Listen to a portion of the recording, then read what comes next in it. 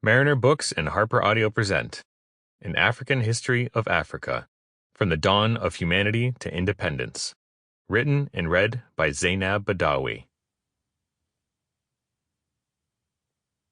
For my mother, Asia Malik, and my late father, M.K. Badawi. Introduction. Everyone is originally from Africa, and this book is therefore for everyone.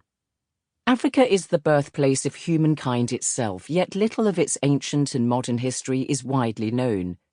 It has an extraordinary past, engrossing narratives of warrior queens, kings, chiefs, priests and priestesses, of mighty civilizations blooming on the banks of rivers or in the shade of sacred mountains, of lavish buildings hewn out of rock, exquisite libraries bursting with discovery, bustling caravan routes and market squares thick with the voices of traders, travellers, farmers and entertainers.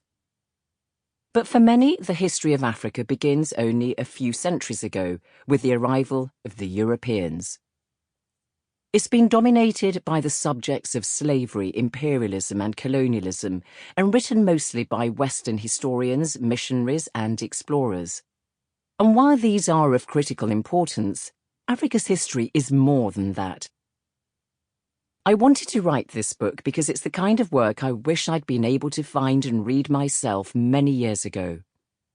As a person born under the African sun, I'd long been aware of the continent's rich history. But it was a fragmented knowledge, and I searched in vain for an accessible and relatively comprehensive history of Africa, highlighting key chapters in its story and told by Africans themselves. At last, I had the opportunity to embark on such a project myself, and it's one that's engaged me for the best part of a decade. Over a period of about 7 years, I visited more than 30 African countries and travelled across these nations in pursuit of a first-hand experience of Africa's history from the perspective of Africans. This book draws on my conversations and the interviews I conducted with dozens of people ranging from academics to ordinary engaged citizens who enlightened me about their culture, history and the amazing sites I visited. Some of these were off the beaten track, such as the ancient ruins of Eritrea or Shingiti in Mauritania, while some were tricky or risky to get to, such as Timbuktu in Mali or the Hausa parts of northern Nigeria. I used just about every means of transport known to humankind, from modern sleek 4x4 vehicles to riding on camelback and donkey carts.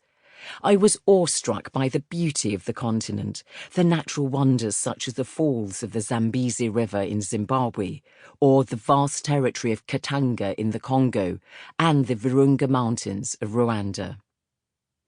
I wish to introduce the history of Africa to all readers who want to dispel the myopia of a post-imperial education, and especially to young students with an African background seeking to learn more about their history. Most people would struggle to name an African king beyond Tutankhamun, and few of them would even be able to give the years of his reign. One former African president told me he was better able to list the names of English medieval kings than those in Africa. This is not an academic book, nor is it about contested history, setting one narrative against another in a confrontational framework. Nor does it seek to make comparisons between civilizations. I aim to provide a counterbalance to the many negative perceptions of the continent and its people, improve our collective understanding of its history by ventilating African scholarship that has been occluded, and in this way reveal a different and more honest history of Africa. This book is an overview of the continent from the beginning of humanity to the modern era. It's by no means comprehensive, and there's plenty of history that I could not include. As much as possible, the focus is on pre-colonial history rather than on what occurred in the 20th century, since contemporary history and current events have received more attention and coverage. I've selected personalities who help shape the continent because I believe history is most easily understood when it is seared into the imagination. The figures examined are predominantly rulers, since sources drawn from Africa Sample complete. Ready to continue?